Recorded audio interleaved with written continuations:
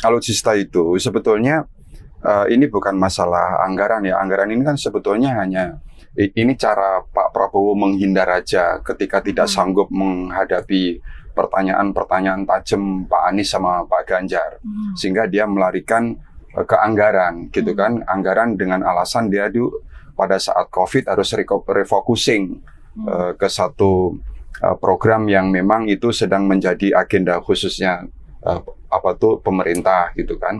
Sehingga untuk budget pembelian alutsista itu kan ditunda. Tapi menurut hemat saya itu lebih cara Pak Prabowo ngeles saja. Sebetulnya yang dipersoalkan itu adalah pembelian alutsista yang bekas itu. Itu yang dipersoalkan. Kenapa kalau bisa beli yang baru, kenapa beli yang bekas? Ngompol.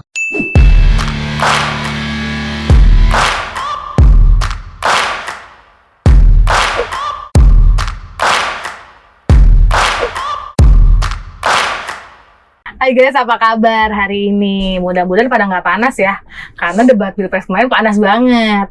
Tapi kalau kita nggak usah ikutan panas guys, kita dengerin aja nih, kayak gimana sih debat kemarin, coba kita dengerin.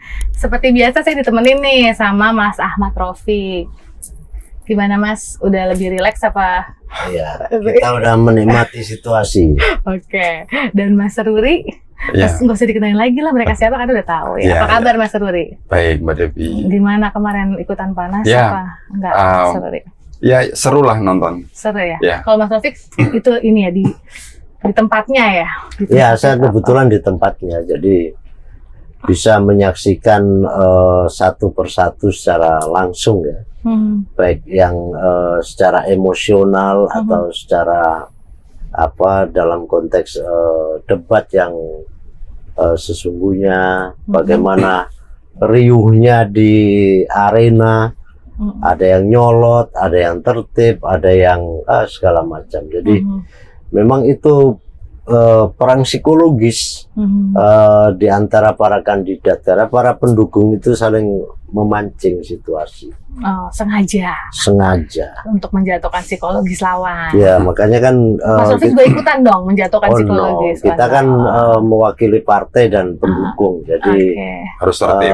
Tidak boleh urakan. Jadi kita harus menempatkan diri gitu, sebagaimana mestinya. Oh siap. Tapi aku mau ke Mas Ruri dulu nih. Ya. Gimana itu kemarin kan kayaknya Prabowo kepancing emosi apa biasa aja sebenarnya?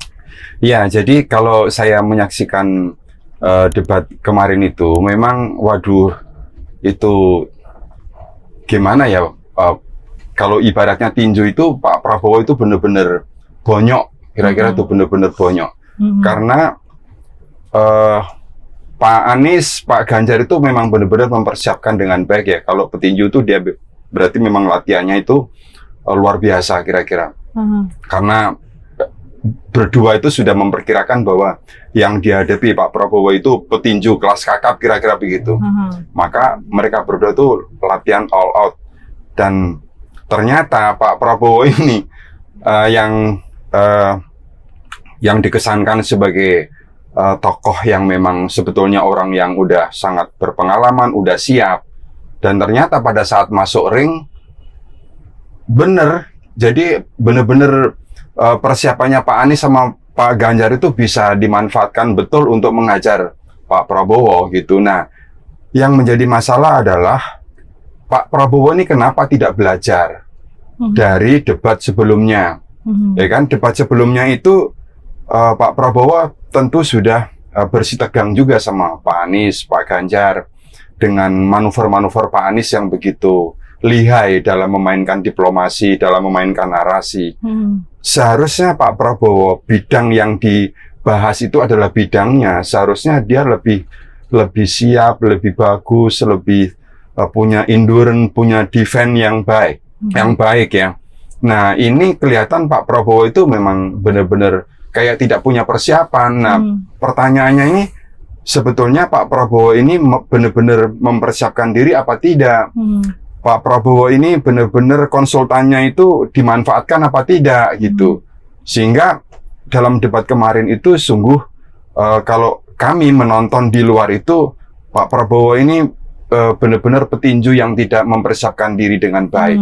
Sehingga pada saat masuk ring, bisa dibayangkan pada saat itu Pak Anies tuh langsung benar-benar ngasih uppercut. Kemudian dilanjutin Pak Ganjar dengan hook, kanan hook, kiri, kira-kira tuh begitulah. Itu sampai lihat sendiri mimiknya, mukanya Pak Prabowo kan juga kayak seperti itu ya. Itulah yang saya sayangkan.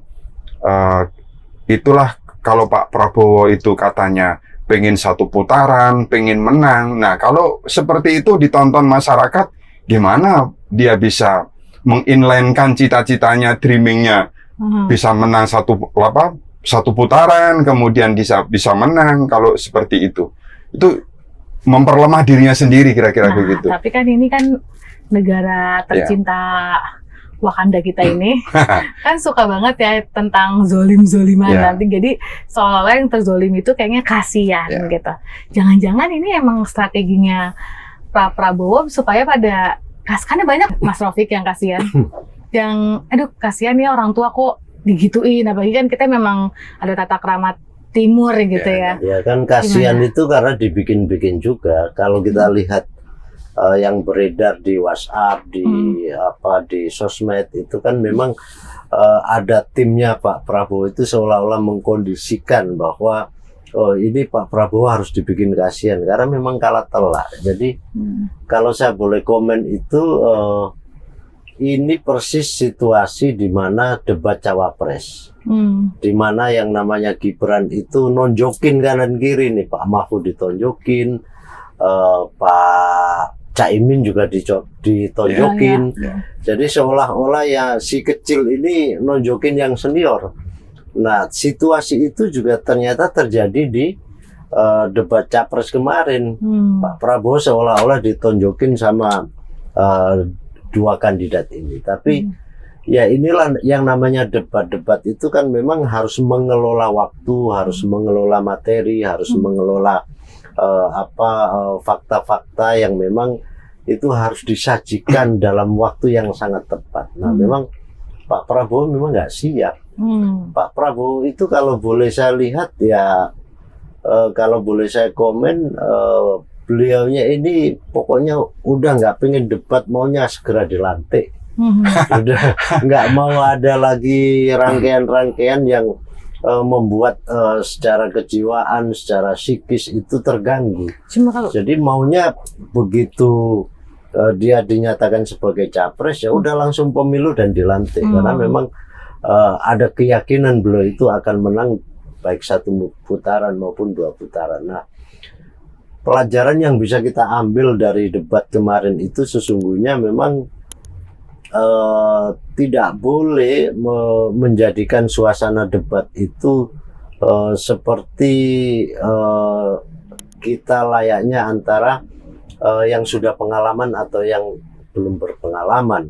Karena bagaimanapun masing-masing capres ini kan punya tim kan untuk mengkondisikan agar itu bisa merebut hati masyarakat, dan yang bisa mendapatkan itu adalah Mas Ganjar sama Mas Anies. Saya memberikan testimoni bahwa memang dari tiga capres yang terbaik di dalam menyampaikan materi, suasananya juga terkendali, secara psikis juga sangat tenang, menguasai forum, menguasai panggung. Itu ya Mas Ganjar, memang nomor satu Mas Ganjar. Benar. Dalam konteks penyajian materi, dalam konteks penyajian data, mengelola pertanyaan, menyerangnya juga lebih elegan. Itu dibuktikan dengan data semua TV itu. Iya.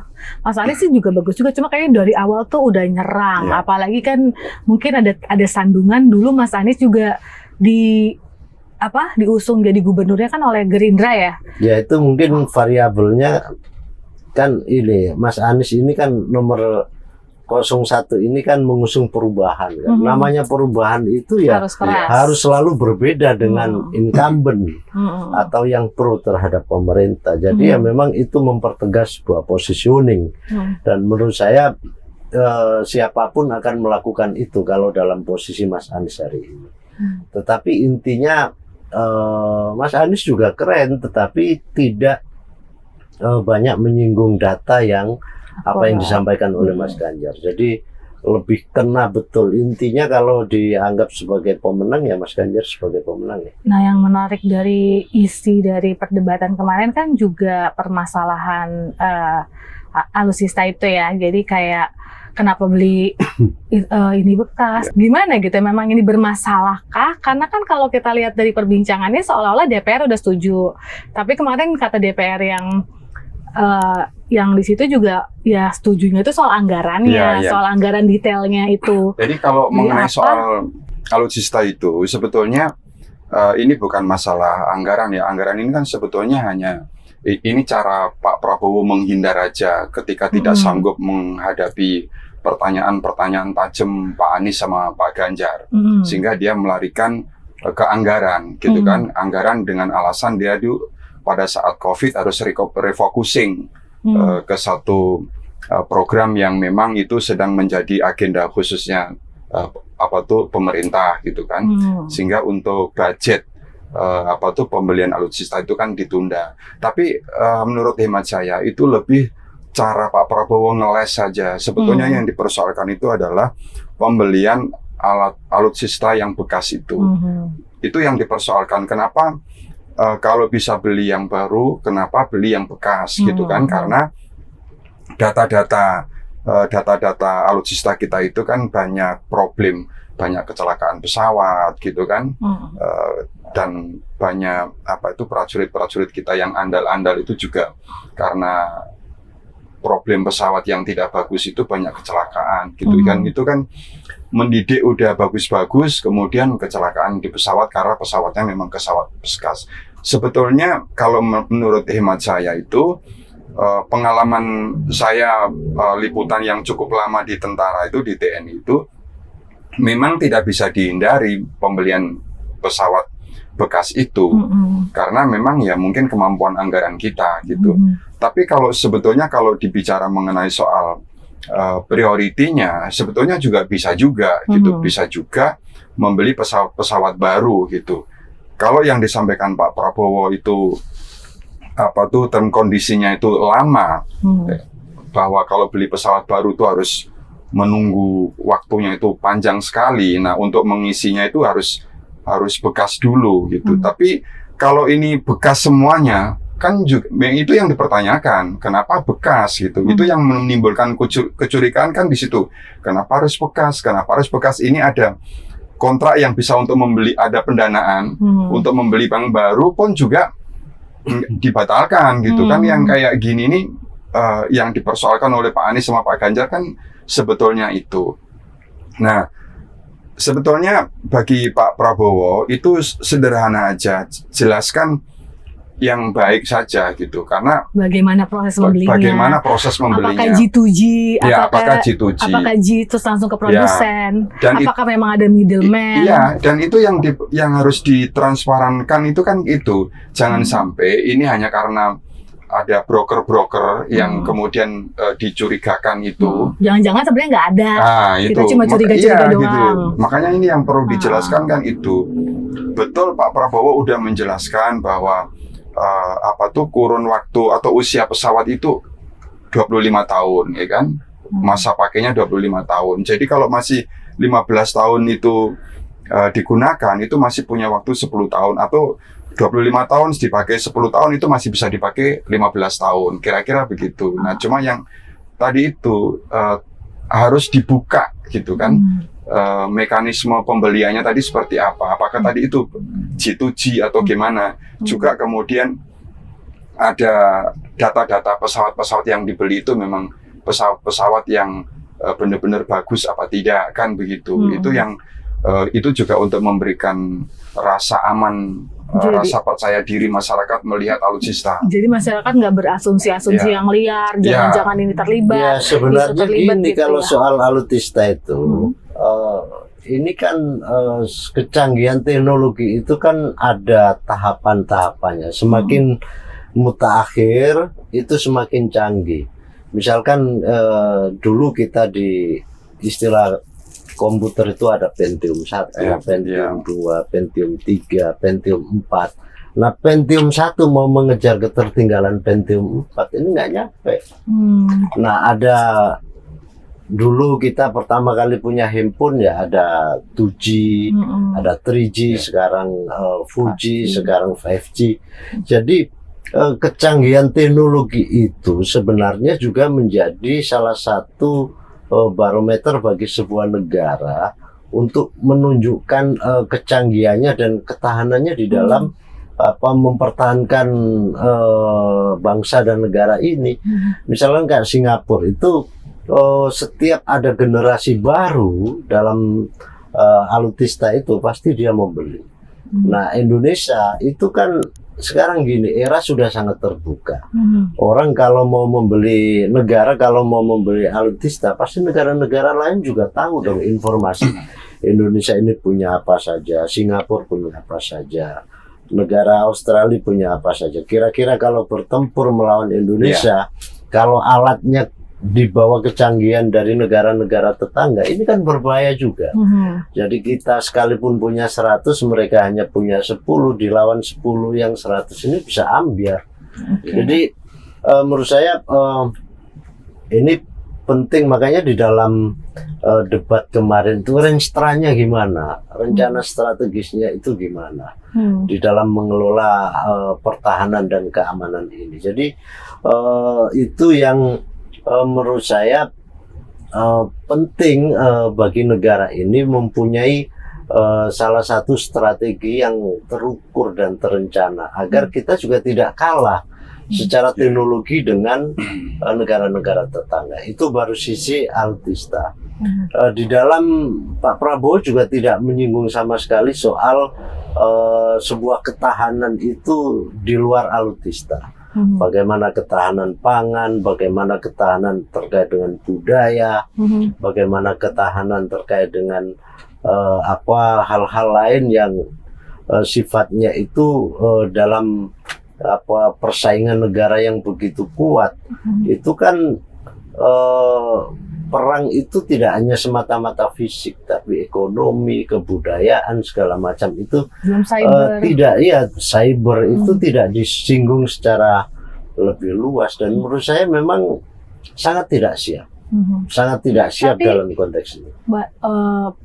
Pasti kan Pak Prabowo juga punya kekurangan, tapi kan pasti juga punya kelebihan ya, banyak juga kelebihannya. Nah, fair nggak sih kayak kemarin tuh kayaknya yang disoroti kayaknya kekurangannya aja tentang debat itu bukan soal fair dan nggak fair.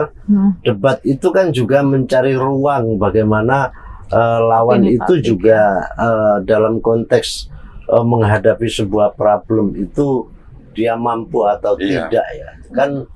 Ya, orang bertanya apa saja demi ketahanan dan kemajuan bangsa ini ya bebas-bebas saja. Ya memang itu itulah cara Pak Anies yang memang udah menguasai, dan Pak Ganjar itu lalu kemudian udah tahu kelemahan Pak Prabowo, ya udah langsung dia serang dengan cara seperti itu gitu. Tapi memang ya ini pelajaran pelajaran buat Pak Prabowo dan tentu juga di internal militer juga. Memang kalau bicara militer ini memang perlu di militer ini perlu orang-orang yang memang punya penguasaan dalam hal diplomasi di militer ini ya, karena militer itu terbiasa dengan dia tidak terbiasa dengan berdebat, tidak seperti dengan orang perguruan tinggi, tidak seperti dengan politisi yang ada di DPR begitu terbiasa berdebat. Kalau di militer itu ya ini one way gitu kan, one way gitu. Terus kemudian juga memang ya namanya militer ya, kemudian ya dia doktrin, strategi yang disampaikan itu ya udah kepada prajurit-prajuritnya, kepada internal institusi militernya, kan seperti itu. Kalau G2G kan juga dia cuma diplomasi yang tidak berdebat seperti ini. Maka memang kalau lihat pengalaman zaman Pak Habibie misalnya, itu pada saat itu juga bersih tegang antara Pak Habibie sipil dan kemudian militer yang pada saat itu misalnya ada Pak Edi Sudrajat almarhum, ada Pak Rudini. Pada saat itu bagaimana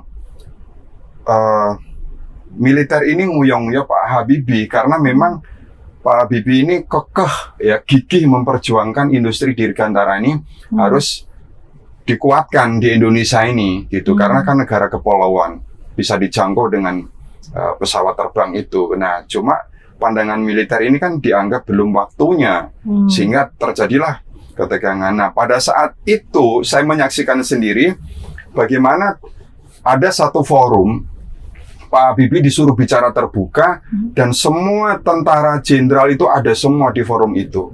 Nah, tatkala Pak Habibie berbicara dengan berapi-api dengan gayanya seperti itu, nah selesai ketika orang-orang militer ini ketika siapa yang mau bertanya atau siapa yang mau ini, itu juga tidak mau gitu, tidak mau. Nah, tidak maunya ini apakah memang tidak mau bersih tegang atau tidak mau menjawab pertanyaan? Nah, ya gitu. Itu maksud Pak Suryo, memang gaya tentara itu nggak mau menjawab pertanyaan. Nah, gaya tentara tuh nggak seperti itu. Contoh ini ada case lagi yang zaman PDI Megawati. Pada saat itu memang kan rumit, ketegangan Pak Harto sama PDI sama Megawati ini kan rumit. Nah, disitulah kemudian diuji juga jenderal-jenderal kita tuh, diuji gimana dia bisa menjelaskan persoalan rumit ini kepada masyarakat. Dan udah banyak almarhum Pak siapa tuh Menteri Dalam Negeri. Tapi kalau kita lihat kayak Pak SBY kayaknya kalau ngejawab. Nah, perlu di tentara itu ada model kayak Pak SBY, itu harus diperbanyak. Almarhum Pak Sarwan Hamid itu model kayak gitu harus diperbanyak. Karena jenderal-jenderal yang punya kemampuan diplomasi yang baik ini akan tadi itu. Oh, jadi maksudnya kalau Pak Prabowo termasuk golongan militer yang mau gak jawab nih, bukan karena pengen cepat-cepat menang gitu, bukan ya, cuma emang atau mungkin juga pelajaran filsafatnya di militer diperbanyak juga gitu kan, biar kayak Rocky Gerung itu. Oh, jadi mungkin emang Pak Prabowo ini tipe yang mungkin kurang suka menjawab lah ya, dan memang kan orangnya bukan tipe yang detail ya. Iya. Kalau kita lihat sekelebat tuh kayaknya orangnya tuh ya garis-garis besar aja lah, nggak suka goes to detail gitu. Jadi mungkin memang itu tipe Pak Prabowo aja gitu. Tapi fair nggak Pak Prabowo dikasih nilai 5 apalagi 1,1? Kan Pak Prabowo juga waktu itu nggak menilai Anies sebagai gubernur. Ini kan spontan ya. Ini kan spontan. Ini tetap ini subjektif ya kan, subjektif. Mungkin di benaknya Pak Ganjar ketika ditanya Pak Anies, skornya Pak Prabowo 5, ya kan? Kemudian balik Pak Ganjar nanya Pak Anies, skornya 11 dari 100. Sebetulnya itu subjektif juga gitu. Tapi ya apapun memang yang terjadi pada saat debat itu, memang kondisinya Pak Prabowo benar-benar, ya kan? Dan saya kira semua orang akan percaya bahwa memang Pak Prabowo kurang siap. Bukan tidak siap ya, kurang siap. Dan seharusnya dia itu harus lebih canggih lah menghadapi ini, karena yang dibahas itu adalah pertahanan. Itu seharusnya sangat disayangkan.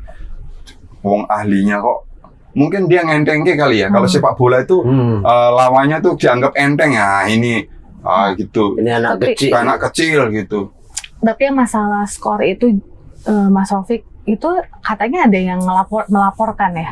Ya, terkait lapor-melapor, saya kira Mas Ganjar dan Mas Anies tadi saya lihat berita memang dilaporkan ke Bawaslu.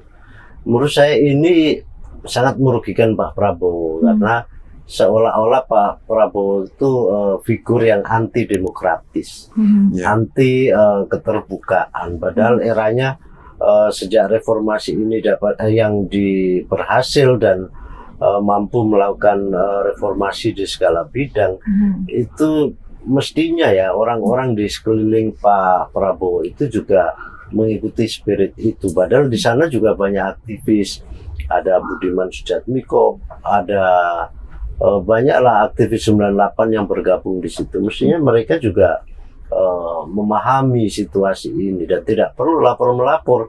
Itu justru merugikan. Dan ini kan seolah-olah bahwa Pak Prabowo difitnah, Pak Prabowo dizolimi. Dizolimi apa? Enggak ada. Ini kan debat itu sesuatu yang biasa. Buat Mas Ganjar, Mas Anies itu debat itu ya memang begitu. Dia selalu mempertanyakan sesuatu yang dirasa penting untuk dijelaskan oleh pihak lawan gitu. Dan mereka di kampus dulu karena keduanya juga aktivis ya biasa-biasa. Sementara Pak Prabowo tidak berada dalam tradisi itu. Jadi menurut saya sih ini salah kamar kalau harus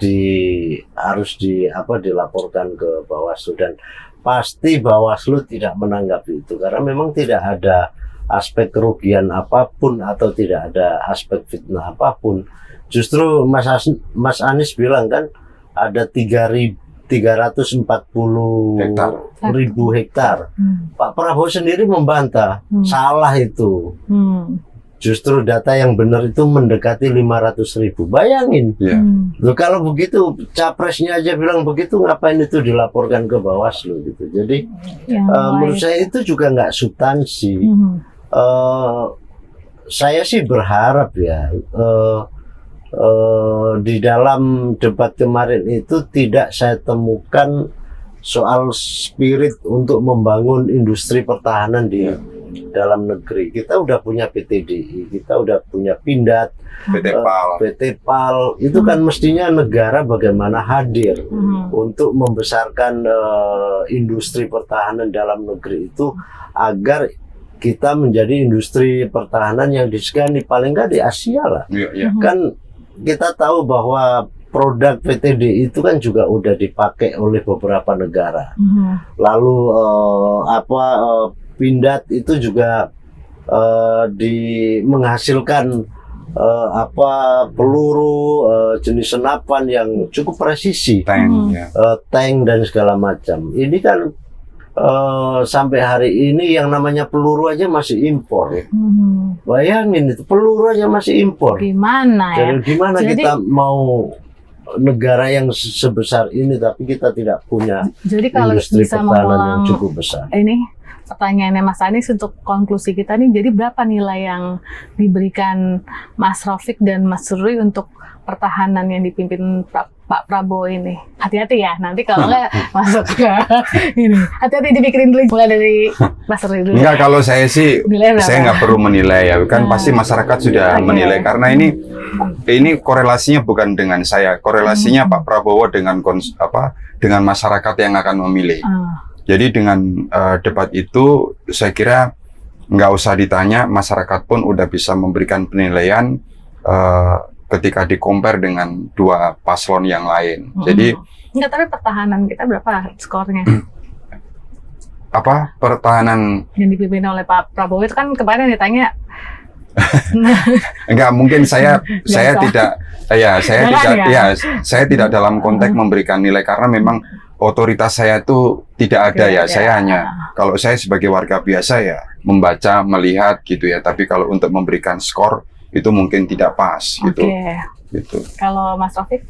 Ya, kalau saya melihat memang dalam konteks debat kemarin kita bisa menilai terkait dengan kemampuan ketiga capres ini dalam mengelola isu, mengelola gagasan, mengelola strategi, visi dan misi.